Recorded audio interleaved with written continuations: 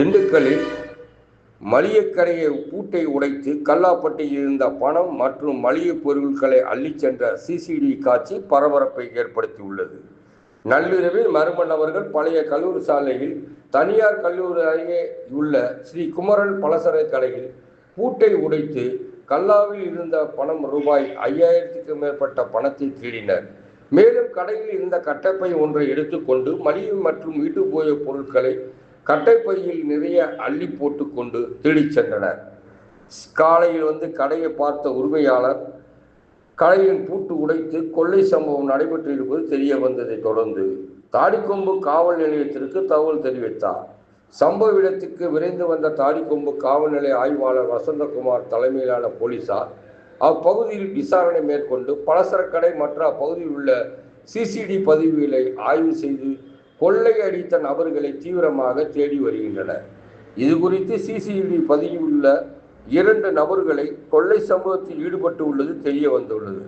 தற்போது இந்த சிசிடிவி பதிவு சமூக வலைதளங்களில் வைரலாகி வருகிறது.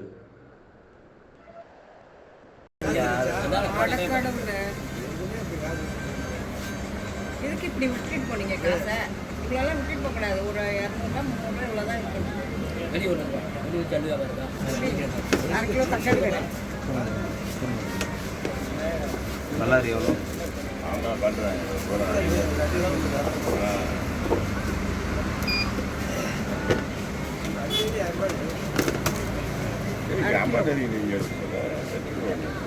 சில்லற தலைவலி எல்லாம் 20 ரூபா நோட்டு 10 50 ரூபா நோட்டு.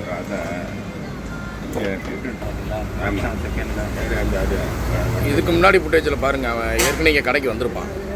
இல்லை வராமல் கண்டிப்பாக இவ்வளோ கிளியரன்ஸாக எடுக்க முடியாது. அதான் மேலே டைம் போட்டுருக்கோம் 2:45. ஏன்னா போன வாரம் இதே டைமுக்கு தான் வந்தாங்க. உடச்சி எடுத்துட்டு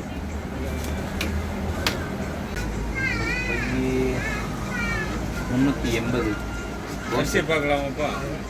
அது உடைக்காமல் இருக்கு அந்த அரிசி. ப்ரோ அடுத்ததை பாஸ் பண்ணுங்க. வயலில் எடுக்காங்க. அதெல்லாம் எடுத்து முடிச்சுட்டு எல்லாமே எடுத்து முடிச்சுட்டு அந்த டிராவை செக் பண்ணுறான். இது இருக்கா 1 ரூபா 2 ரூபா சில்லற காயினை முத கொண்டு மடிச்சு பாக்கெட்டில் கிழிஞ்ச நோட்டெல்லாம் எடுத்து உள்ளே போட்டு போயிட்டான். ரொம்ப பாடுபட்டேன்.